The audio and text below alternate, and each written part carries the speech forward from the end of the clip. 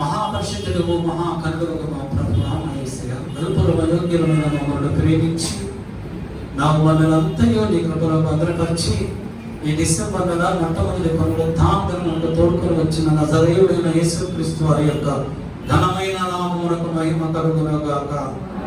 ఆమేన్, ఆమేన్. మన ప్రభు అయినటువంటి యేసుక్రీస్తు వారి నామములో కూడి వచ్చిన మీ అందరికీ నా తరఫున మా కుటుంబం తరఫున ప్రత్యేకమైనటువంటి వందనాలు తెలియజేస్తున్నాను. Praise the Lord, hallelujah. Bible ఉన్న వాళ్ళందరూ తెలిసి యెషయా గ్రంథం 28వ అధ్యాయం 16వ వచనాన్ని ధ్యానిద్దాం. పరిశుద్ధాత్మ దేవుడు ఈ దినమున మనకి ఇచ్చినటువంటి వాక్యం యెషయా గ్రంథం 28వ అధ్యాయం 16వ వచనం. ప్రభువు యెహోవా ఇలాగ సెలవిచ్చుచున్నాడు,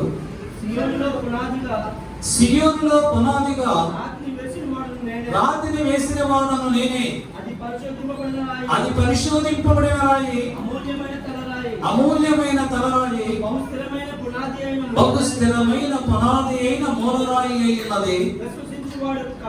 విశ్వసించువాడు కలవరపడదు. విశ్వసించువాడు కలవరపడడు. ఈ వాక్యాన్ని మనం చాలాసార్లు చదువుకుంటాం. ఈ వాక్యం తెలియని వాళ్ళు ఎవరో ఉండరు. అందరికీ కూడా కంఠోపాఠంగా వచ్చి ఉంటుంది. ఎంతో మంది దైవజనులు ఈ వాక్యాన్ని గురించి చెప్పి ఉంటారు. వీరందరూ కూడా విని ఉంటారు. ప్రభు సన్నిధిలో ప్రార్థన చేసి ఏ వాక్యం చెప్పాలి ప్రభు అంటే ఈ వాక్యం చెప్పమన్నా. ప్రభా, ఈ వాక్యం అందరికీ తెలిసిందే కదా, అందరూ చెప్పుంటారు. మళ్ళీ ఇప్పుడు నేనేం చెప్పనంటే అందరూ చెప్పారు, కానీ మరొకటి నేను నీకు చెప్తానని రాత్రి 2 గంటలకు మెలకు వచ్చింది. నాకు మెలకు వస్తే అప్పుడు ప్రభు ఈ వాక్యాన్ని ఇస్తే ఈ వాక్యాన్ని గురించి నేను ధ్యానించాను. మరొకసారి చదువుకున్నామా? సియోనులో పునాదిగా రాతిని వేసిన వాడను నేనే, అది పరిశోధింపబడిన రాయి, అమూల్యమైన తలరాయి, ఒక స్థిరమైన పునాది రాయి అయి ఉన్నది. విశ్వసించువాడు కలవరపడడు. సియోనులో పునాదిగా రాతిని వేసిన వాడను నేనే. తండ్రి అయిన దేవుడు అంటున్నాడు. పరమ తండ్రి అయినటువంటి యెహోవా దేవుడు మనతో మాట్లాడుతున్నాడు. సంగమా, సియోనులో పునాదిగా రాతిని వేసిన వాడను నేనే, అది పరిశోధింపబడిన రాయి, అది అమూల్యమైనటువంటి రాయి, అది బహు స్థిరమైనటువంటి రాయి, అది పరిశోధింపబడ్డది. ఎవరి చేత పరిశోధింపబడింది? రాయి ఎవరి చేత పరిశోధింపబడింది? తండ్రి అయిన దేవుని చేత పరిశోధింపబడిన రాయి. అపోస్తలుడు పౌలు అంటున్నాడు కొరింథీయులకు రాసినటువంటి మొదటి పత్రిక 4వ అధ్యాయం 10వ వచనములో, 10వ అధ్యాయం 4వ వచనములో, ఆ బండ క్రీస్తే. కొరింథీయులకు రాసిన మొదటి పత్రిక 10వ అధ్యాయం 4వ వచనములో అపోస్తలుడు పౌలు అంటున్నాడు, ఆ బండ క్రీస్తే, అది ఆత్మ సంబంధమైనటువంటి బండ అంటున్నాడు. ఆ బండని తండ్రి అయినటువంటి దేవుడు పరిశోధించాడు. బాగా గమనించండి వాక్యాన్ని. మీకు అర్థం కాకపోతే ఇంటికి వెళ్ళి మరొకసారి వినండి. మీరు ఇంటికి వెళ్ళి వాక్యం అర్థం కాకపోతే Hosanna Worship Centre Madhurawada reverend doctor M David Raju గారికి పడితే మీకు యూట్యూబ్లో వస్తుంది. అప్పుడు ధ్యానించండి వాక్యాన్ని. వినండి, ఒకసారి వినండి. అర్థం కాకపోతే మరొకసారి వినండి. 3వసారి మీరు వింటే దేవుడు మీతో మాట్లాడతాడు. క్రైస్తవా? తండ్రి అయిన దేవుడు కుమారుడైనటువంటి యేసు ప్రభువు గురించి చెప్తున్నాడు. నా కుమారుడు పరిశోధింపబడిన వాడు, అది పరిశోధింపబడినటువంటి రాయి. నేను సియోనులో పునాదిగా వేసిన రాయి పరిశోధింపబడినది.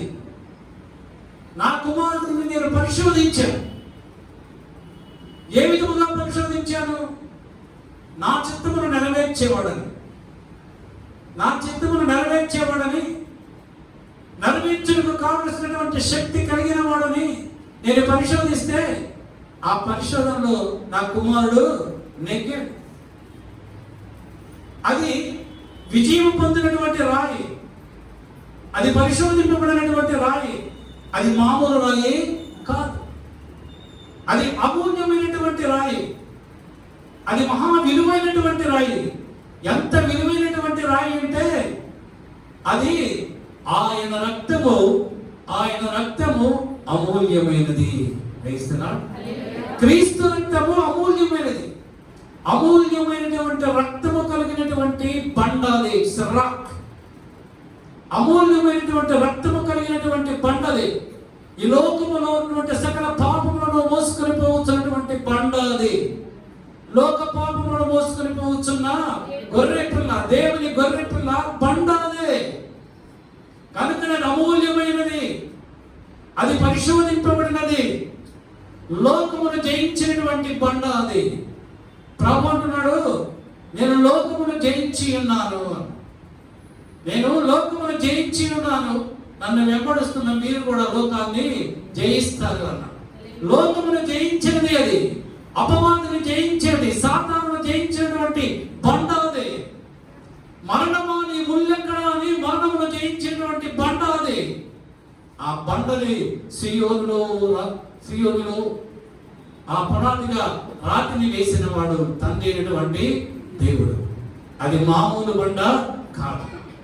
ఆ బండ మీద ఎవరైతే నిలబడతారో, ఎవరి హృదయంలో అయితే ఆ బండ ఉంటుందో, ఎవరి జీవితంలో అయితే ఆ బండ ఉంటుందో, ఏ కుటుంబంలో అయితే ఆ బండ ఉంటుందో, ఆ బండ మీద ఉన్నటువంటి నిలబడినటువంటి కుటుంబం, నిలిచినటువంటి కుటుంబం ఎన్ని భయంకరమైనటువంటి తుఫానులు వచ్చినా, వర్షము వచ్చినా, వరదలు వచ్చినా, తుఫానులు వచ్చినా, ఎన్ని ఆటంకములు వచ్చినా, భూకంపములు వచ్చినా ఆ కుటుంబంలో తొలగవు, కదిలింపబడవు. ఎన్ని అవమానములు వచ్చినా, ఎన్ని నిందలు వచ్చినా, ఎంత నిరాశ నిస్పృహలు కలిగినా ఆ కుటుంబాలు కదల్చబడవు. లోకము వారిని ఏమీ కూడా చేయలేదు, అపవాది ఏమీ వారిని చేయలేదు. ఎందుకంటే వారి హృదయంలో క్రీస్తు అనేటువంటి బండ ఉన్నది కనుక, వారి కుటుంబంలో యేసు ప్రభు క్రీస్తు అనేటువంటి బండ ఉన్నది కనుక, వారి జీవితాలలో క్రీస్తు అనేటువంటి బండ ఉన్నది కనుక, ఎవరైతే ఆ బండ మీద నిలబడతారో, ఎవరైతే వారి ఇంటిని బండ మీద కట్టుకుంటారో, మత్తయి సువార్త 7వ అధ్యాయం 24-27 వచనాల్లో రాయబడుతుంది. కాబట్టి ఈ నా మాటలు విని వాటి చొప్పున చేయు ప్రతి వాడును బండ మీద తన ఇల్లు కట్టుకొనిన బుద్ధిమంతుని పోలి ఉండును. Praise the Lord. ఆయన మాటలు విని, ఆయన ఉపదేశమును విని ఎవరైతే ఆ మాటల ప్రకారం తన ఇల్లు కట్టుకుంటారో, బండ మీద కట్టుకుంటారో, వారు బుద్ధిమంతుని పోలి ఉంటారు. వాన కొరిసెను, వరదలు వచ్చెను, గాలి కొట్టెను, ఆ ఇల్లు పడిపోలేదు, ఆ ఇల్లు కదలదు. ఆ బండ నీలో లేకపోతే, ఆ క్రీస్తు నీలో లేకపోతే, యేసు ప్రభు నీ జీవితంలో లేకపోతే, యేసు ప్రభు నీ కుటుంబంలో లేకపోతే, నీవు చంచలమైనటువంటి స్వభావం గలవారిగానే ఉంటారు. మీరు చంచలమైనటువంటి స్వభావం, చిన్న వ్యాధి వచ్చినా, చిన్న కష్టం వచ్చినా, చిన్న బాధ వచ్చినా, ఎవరేమన్నా దాని గురించే, వాటి గురించే రాత్రి పగళ్ళు తిండి మాని, ఆహారాలు మాని, వాటి కొరకే ఆలోచించుకుంటూ జీవితాలని సంకుచితమైనటువంటి జీవితాలుగా మార్చుకుంటారు. అదే యేసు ప్రభు నీ హృదయంలో ఉంటే, యేసు ప్రభు నీ ఇంటిలో ఉంటే, నీ జీవితంలో ఉంటే, ఎంత పెద్ద సమస్య వచ్చినా కూడా నీకు అది ఒక చిన్నదిగానే ఉంటుంది. దాని గురించి నువ్వు ఆలోచించనక్కరలేదు. ఆ సమస్య గురించి నువ్వు ఆలోచించవు. ఎందుకు ఆ సమస్యను నీ ప్రభు మీద వేసావు. నీలో ఉన్న ప్రభువు ఆ సమస్యను చూసుకుంటాడు. నీకెందుకు? నీ భారమును నా మీద మోపు అన్నాడు. నీ భారాన్ని నా మీద మోపాయి, నీ అవమానాన్ని నా మీద మోపాయి. ఇది అవమానించిన వాడు నీ ఇంటికి వస్తే వాడిని పిలిచి మంచి ఆదిత్యం ఇచ్చి వాడికి భోజనం పెట్టి పంపించు అన్నాడు. ఎందుకంటే తీర్పు తెచ్చేవాడు నువ్వు కాదు, పగ తెచ్చుకునేవాడు నీవు కాదు, నాది నా పని. హల్లెలూయా, హల్లెలూయా. ఎవరైతే ఆ బండ మీద నిలబడతారో, ఆ బండని విశ్వసిస్తారో, ఆ క్రీస్తు మీద విశ్వాసము కలిగి ఉంటారో, వారు ఎన్నటికీ కూడా కదల్చబడరు. క్రైస్తరా, ఎన్ని తుఫానులు వచ్చినా, ఎన్ని వర్షాలు వచ్చినా, ఎన్ని బాధలు వచ్చినా, ఎన్ని శ్రమలు వచ్చినా కూడా వారు కదల్చబడరు. క్రైస్తరా, హల్లెలూయా, హల్లెలూయా. అపోస్తలుడైన పౌలు హెబ్రీయులకు రాసినటువంటి పత్రిక 11వ అధ్యాయం 27వ వచనాన్ని చదువుకుందాం. 11:27. విశ్వాసమును బట్టి అతడు అదృశ్యుడైన వానిని చూచుచున్నట్లు స్థిర బుద్ధి గలవాడై రాజాగ్రహమునకు భయపడక ఐగుప్తుని విడిచిపోయాడు. ఎవరు విడిచిపోయాడు ఐగుప్తుని? మోషే ఐగుప్తుని విడిచిపోయాడు. రాజాగ్రహమునకు భయపడలేదు. ఎందుకు భయపడలేదు? విశ్వాసమును బట్టి అతడు అదృశ్యుడైన వానిని చూచుచున్నట్లు, కనిపించని దేవుణ్ణి తాను చూస్తున్నట్లుగా, నా దేవుని నేను చూస్తున్నానన్నట్లుగా, అంత విశ్వాసము చేత, పరిపూర్ణమైనటువంటి విశ్వాసం, నిరీక్షణతో కూడినటువంటి విశ్వాసము కలిగిన వాడై రాజు యొక్క ఆగ్రహమునకు, కోపమునకు భయపడక, రాజు ఏదో చేస్తాడు, నేనేమైపోతాను, నేను ఒక చచ్చిపోతానేమో అని రాజు యొక్క ఆగ్రహం, కోపానికి భయపడకుండా ఐగుప్తుని విడిచిపోయాడు. ఐగుప్తులో ఉన్నటువంటి అధికారమును విడిచిపోయాడు. ఐగుప్తులో ఉన్నటువంటి సంపదను విడిచిపోయాడు. ఐగుప్తులో ఉన్నటువంటి ఘనతను విడిచిపోయాడు. ఫరో దగ్గర, ఫరో తర్వాత ఫరో అంతటి వాడు మోషే. అయినప్పటికీ తనకున్న సమస్తమును విడిచిపెట్టి తాను చూస్తున్నటువంటి అదృష్టమైన వారిని చూస్తున్నట్లుగానే విశ్వాసం కలిగిన వాడై ఐగుప్తుని విడిచి వెళ్ళిపోతూ ఉన్నాడు. క్రైస్తరా, హల్లెలూయా. మోషే ఐగుప్తీయుని చంపినప్పుడు ఆ విషయం తరువాత ఫరోకి తెలుస్తుంది. ఫరోకి తెలిసినప్పుడు ఫరో ఏం చేస్తాడంటే తన కుమారుని పిలిచి మోషేని ఆ యొక్క ఎడారిలో వదిలేసి, ఐగుప్తు సరిహద్దులు దాటిన తర్వాత ఒక పెద్ద ఎడారి ఉంటారు, చాలా పెద్ద ఎడారి ఉంటారు. ఆ ఎడారి అవతల పక్కన మిథ్యాను దేశం ఉంటుంది. ఆ ఎడారి ఎలాగా ఉంటుందంటే, పగల మహాభయంకరమైన ఎండ ఉంటుంది, రాత్రి ఐస్ గడ్డగట్టినంత చలి ఉంటుంది. అంతకంటే మహాభయంకరమైనటువంటి, తాపకరమైనటువంటి మహాశర్పములు ఆ ఎడారిలో ఉంటాయి. ఆ విషయం ఫరోకి తెలుసు, మోషేకి తెలుసు. మోషేని ఏ విధముగా చంపివేయాలని ఉద్దేశము చేత మోషేకి ఒక కర్ర ఇస్తాడు.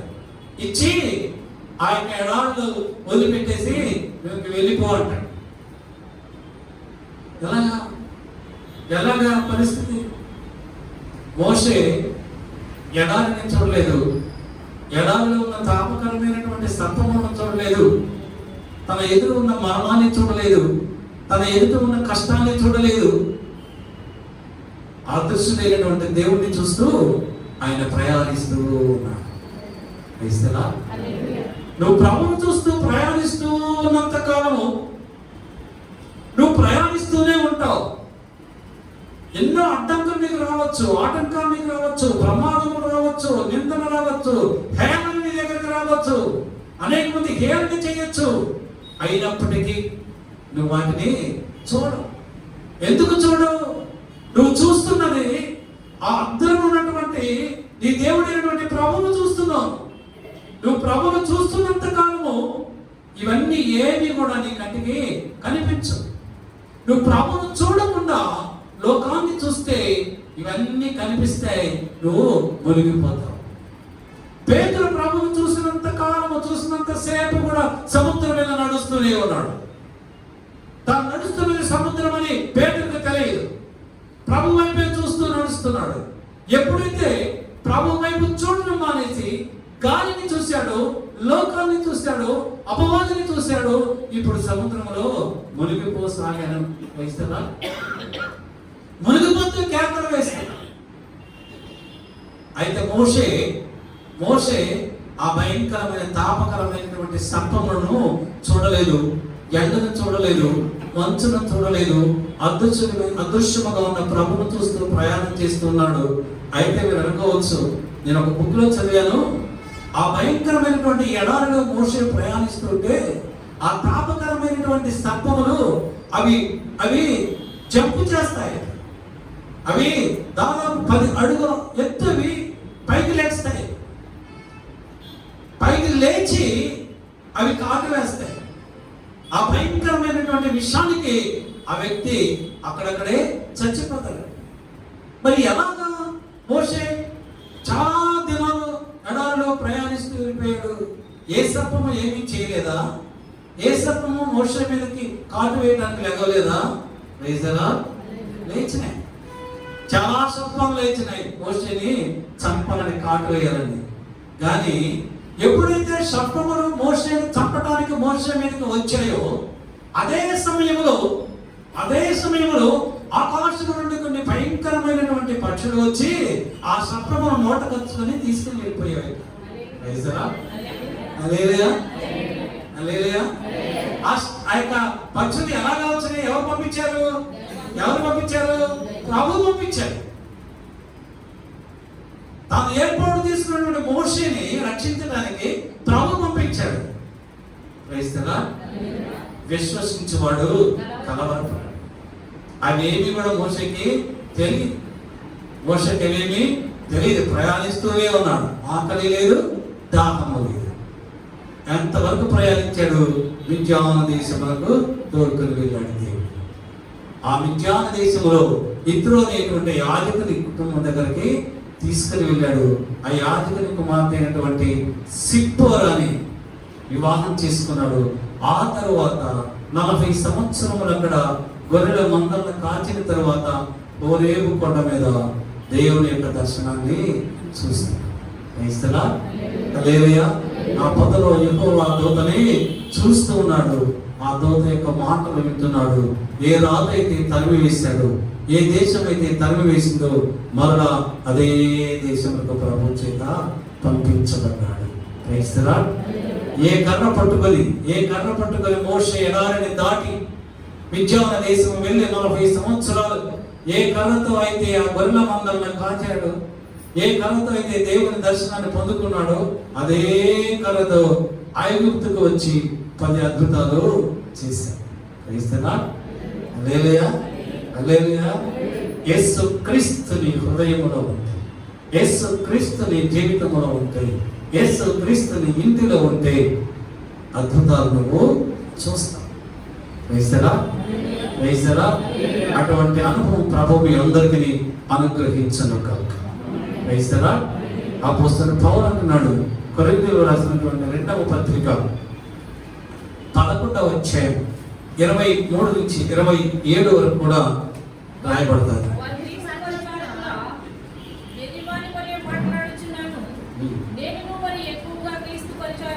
నేను మరి ఎక్కువగా క్రీస్తు పరిచారకుడును,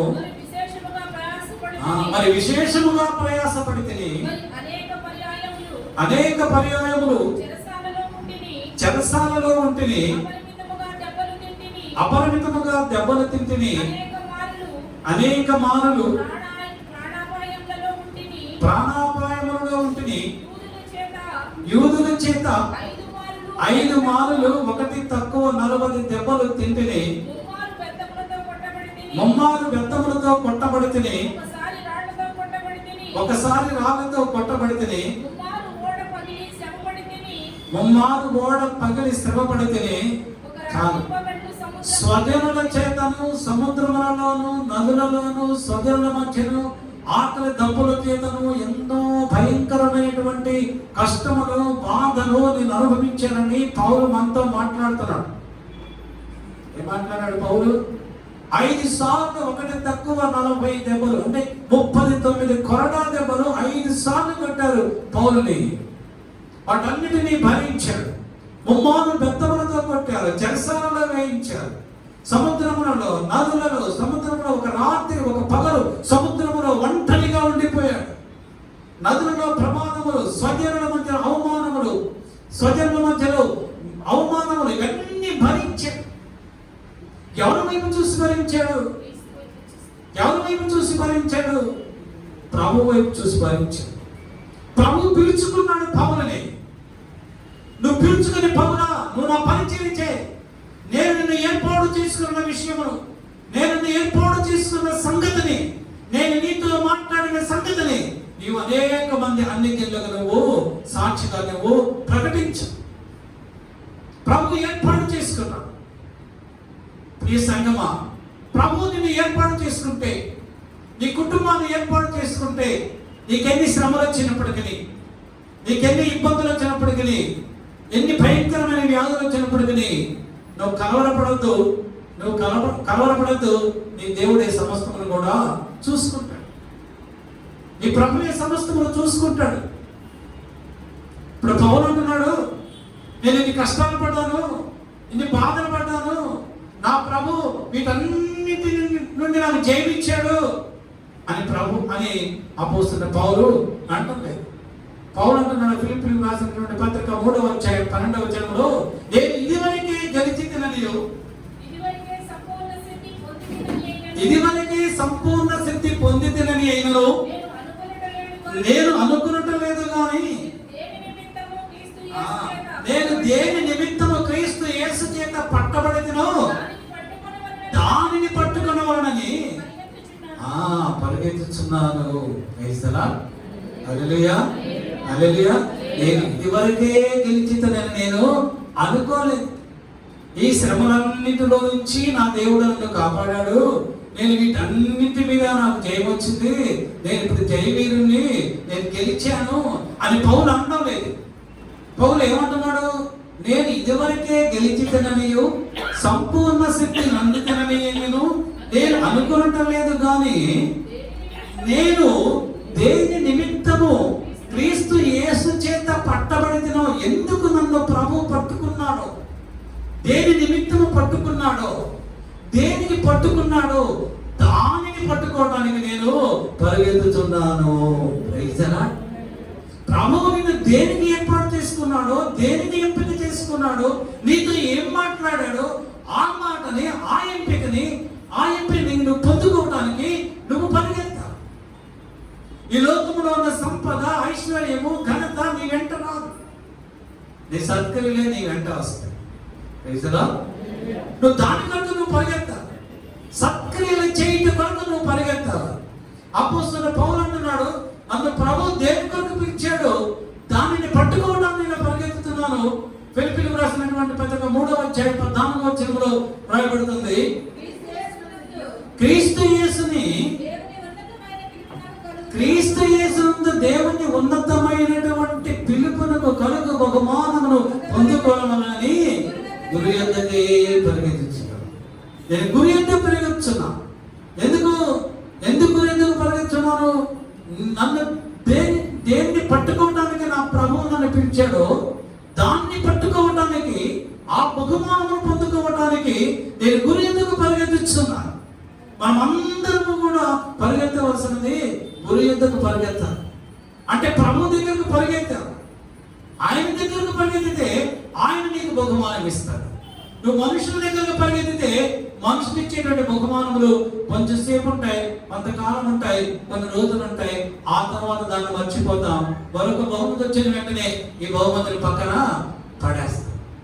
కానీ ప్రభు ఇచ్చేటువంటి బహుమతి ఒకటి ఉన్నది. ఆ బహుమతి పొందుకోవడానికి గురి యొద్దకు నువ్వు పరిగెత్తాలి. అపోస్తలుడైన పౌలు అంటున్నాడు, గురి యొద్దకే నేను పరిగెత్తుచున్నాను. ఆయన ఏం పొందుకోవాలని, ఏ బహుమానం పొందుకోవాలని పరిగెత్తుతున్నాడు? తిమోతికి రాసిన 2వ పత్రిక 4వ అధ్యాయం 7-8 వచనాలలో అపోస్తలుడైన పౌలు అంటున్నాడు, మంచి పోరాటము పోరాడితిని, మంచి పోరాటము పోరాడితిని, నా పరుగు తుదముట్టించితిని, విశ్వాసమును కాపాడుకుంటుని, ఇక మీదట నా కొరకు నీతి కిరీటం ఉంచబడి ఉన్నది. హల్లెలూయా, హల్లెలూయా. పౌలుడు ఎలా చెప్తున్నాడు? నా కొరకు నీతి కిరీటము ఉంచబడి ఉన్నది. మంచి పోరాటము నేను పోరాడాను, నా పరుగు తొదపెట్టించాను, విశ్వాసమును కాపాడుకున్నాను, నా కొరకు నీతి కిరీటము ఉంచబడి ఉన్నది. మరి నీ విశ్వాసము నువ్వు కాపాడుకున్నావా? నువ్వు మంచి పోరాటము నువ్వు పోరాడావా? మరి ప్రభు నీ కొరకు దాచిచ్చినటువంటి ఆ బహుమానం పౌలు కొరకు నీతి కిరీటం దాచి ఉంచబడి ఉన్నది అన్న. అంటే నా దగ్గర డబ్బులు ఉంటాయి అనలా, నాకు కొన్ని రోజులు ₹1,00,00,000 వస్తాయి అని అనలేదు. ఏమన్నాడు? నీతి కిరీటము ఉంచబడి ఉన్నది. నా జేబులో 10 కోట్లు ఉన్నాయి, నా జేబులో ఉంటే అప్పుడు డబ్బులు ఉన్నాయి అని చెప్తాను. లేవనుకో, అప్పుడు వస్తాయి, ఇప్పుడు వస్తాయి, అప్పుడు పొందుకుంటాను, ఇప్పుడు పొందుకుంటాను, వాళ్ళు ఇస్తారు, వీళ్ళు ఇస్తారు అని, వాళ్ళు ఇస్తారు వీళ్ళు ఇస్తారని వాళ్ళ వైపు చూస్తే ఇచ్చేవాడు ఎవడు? ఇచ్చేవాడు ఎవడు? మనుషుల వైపు చూసినంత కాలం నీకు సహాయము రాదు. మనుషుల వైపు చూసినంత కాలం నీకు సహాయము రాదు. నీకు సహాయం చేసేవాడు నీ ప్రభు అయినటువంటి యేసే. నీకు సహాయం చేసేవాడు నీ ప్రభు అయినటువంటి యేసే. ఆయన సహాయం కొరకు మనం కనిపెట్టుకుంటే, ఆయన ఇష్టమైన వారిగా మనం జీవిస్తే, ఆయన మాటల ప్రకారం మనం జీవిస్తే, ఆయన మంచి శ్రేష్టమైనటువంటి బహుమానం మనకు ప్రభు అనుగ్రహిస్తాడు. వేస్తారా? హల్లెలూయా. నీ హృదయంలో క్రీస్తు ఉండాలి. ప్రభు అంటున్నాడు, నీ హృదయంలో నేను మాత్రమే ఉండాలి, మరి ఎవరు కూడా ఉండకూడదు. ప్రభుకి స్వార్థం చాలా ఎక్కువ. మనిషి కంటే కూడా దేవుడైన ప్రభుకి స్వార్థం చాలా ఎక్కువ. ఒక్కొక్కసారి మనమైనా పర్వాలేదు అనుకుంటా కానీ ప్రభు అనుకోడు పర్వాలేదు. ఆయన స్వార్థం చాలా ఎక్కువ, చాలా ఎక్కువ. చదవండి.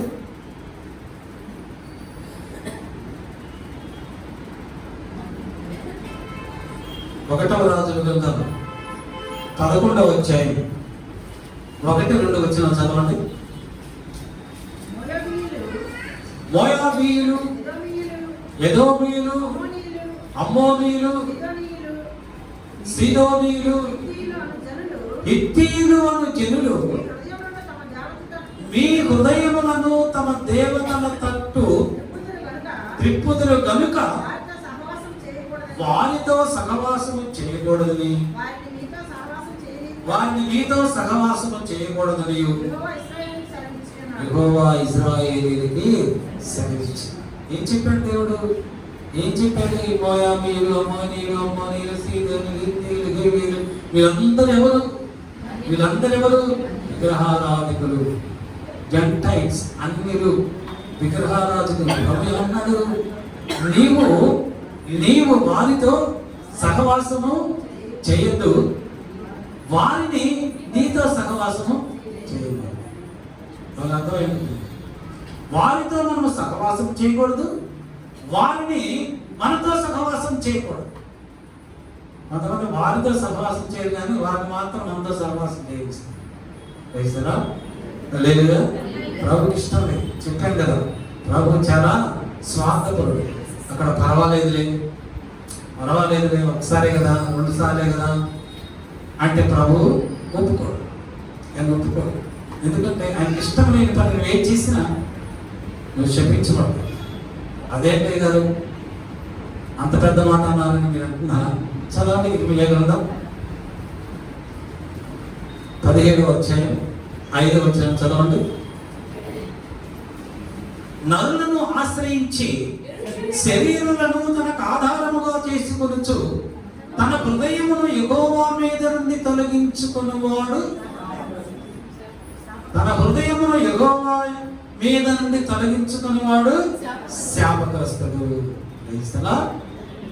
నరులను ఆశ్రయించి శరీరులను తనకు ఆధారముగా చేసుకున్నట్టు, నరులను ఆశ్రయించి ఈ లోక సంబంధమైన వారి మీద ఆధారపడుతూ తమ హృదయములను యెహోవా మీద నుండి, అంటే నీ హృదయములో విగ్రహాలను పెట్టుకొని, నీ హృదయములో దేవునికి ఇష్టము లేని కార్యములన్నీ నువ్వు పెట్టుకుంటే ప్రభు అంటున్నాడు, నేను నిన్ను శపిస్తాను అని.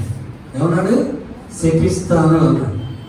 ఇప్పుడు చదువుకున్నాం కదా, రాజుల మొదటి గ్రంథం 11వ అధ్యాయం 1-2 వచనాలు చదువుకున్నాం కదా. 2వ వచనంలో అయితే దేవుడు ఇశ్రాయేలుతో ఏం చెప్పాడు? మోయాబీయులు, అమ్మోనీయులు, హిత్తీయులతో మీరు సహవాసము చేయవద్దు, వారిని మీతో సహవాసము చేయనివ్వద్దు అని దేవుడు ఇశ్రాయేలుతో చెప్తే, సొలొమోను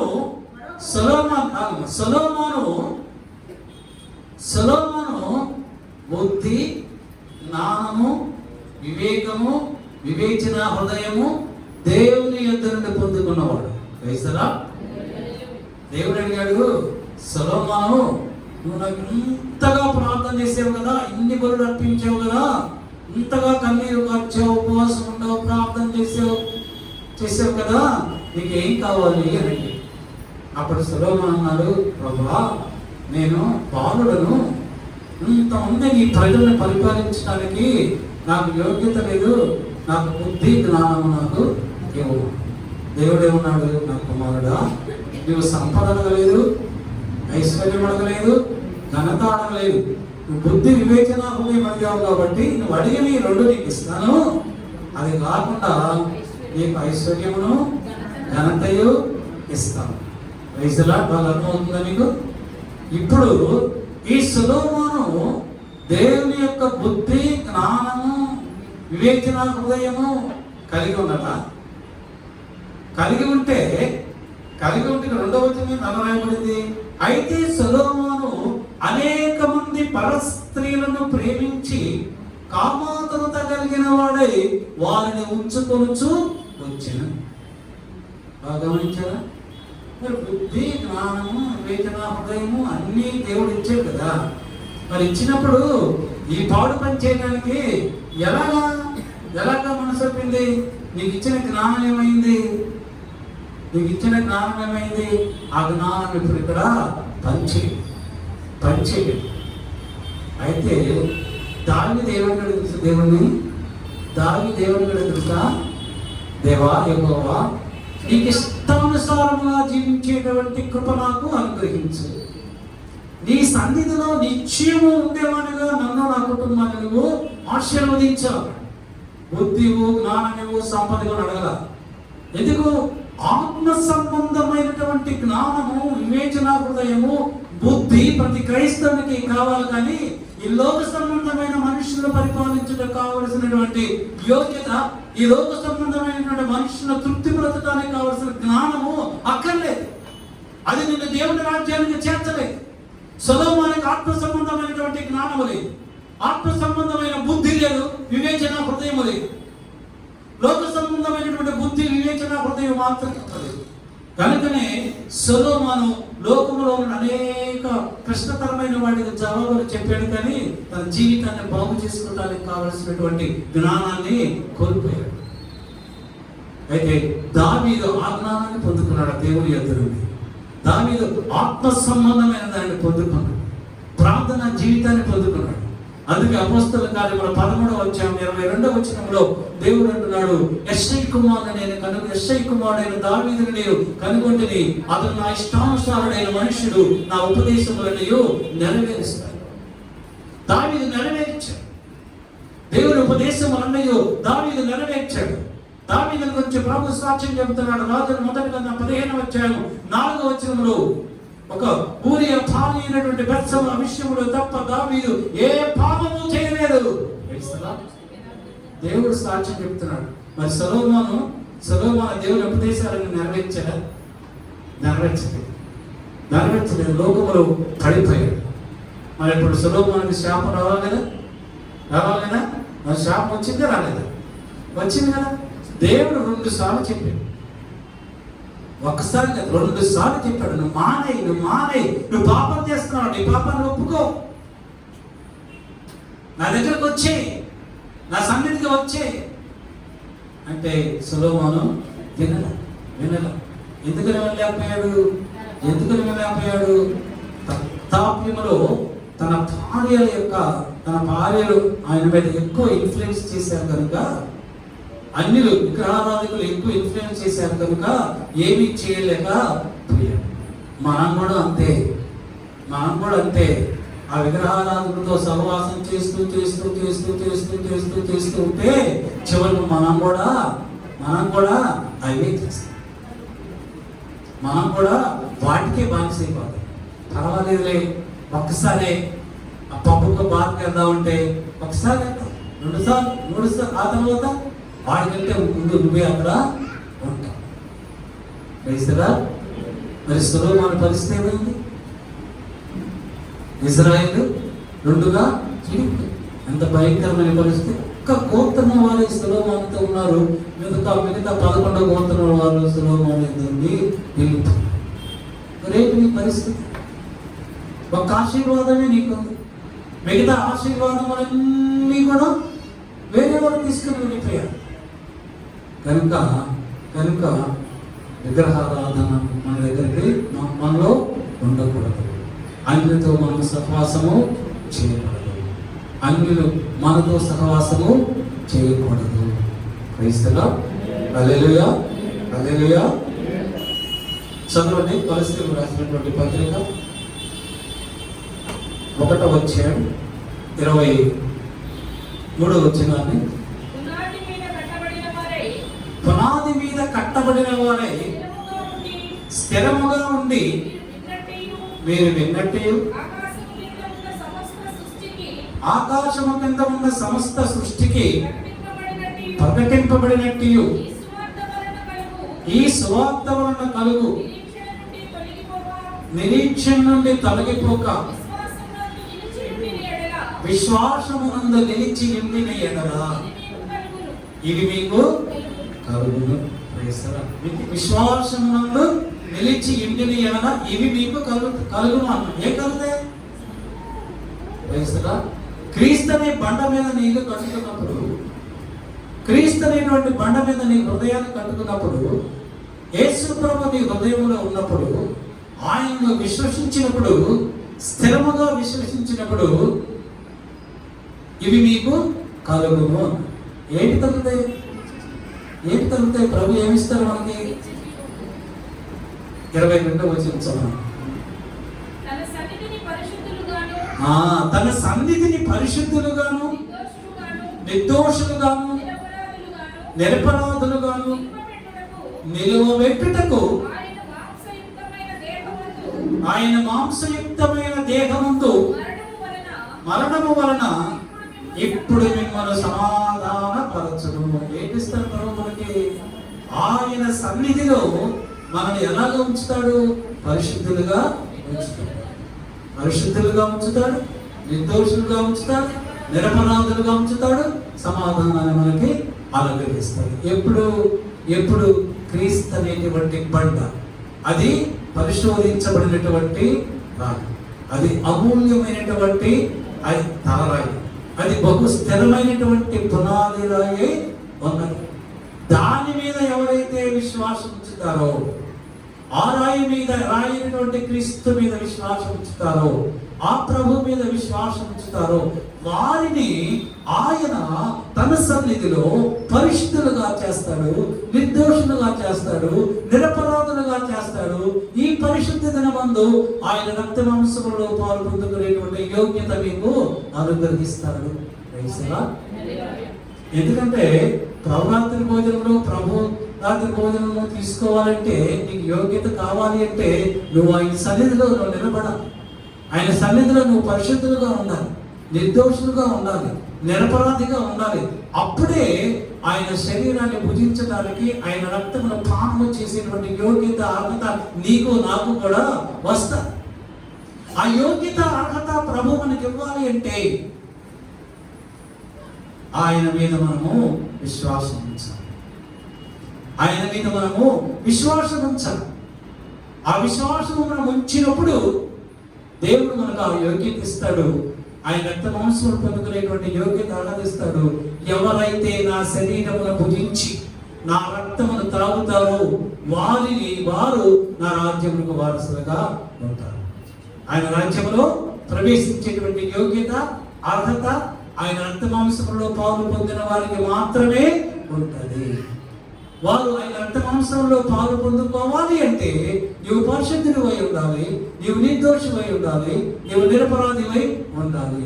అప్పుడు మాత్రమే ఆ యోగ్యత ప్రభు నీకు అనుగ్రహిస్తాడు. ఎవరైతే అయోగ్యులుగా నా రక్త మాంసంలో పాలు పొందుతారో వారికి అనేకమైనటువంటి కష్టాలు, బాధలు వస్తాయని అక్కడ రాయబడుతుంది. తెలుసా? హల్లెలూయా. ఆయనే మన ప్రభు అయినటువంటి యేసుక్రీస్తు. ఆ బండే మన ప్రభు అయినటువంటి యేసుక్రీస్తు. అది ఆత్మ సంబంధమైన బండ. పుస్తకం పౌలు కొరింథీయులకు రాసిన మొదటి పత్రిక 10వ అధ్యాయం 4వ వచనంలో రాశాడు. మనందరము చదువుకున్నాం.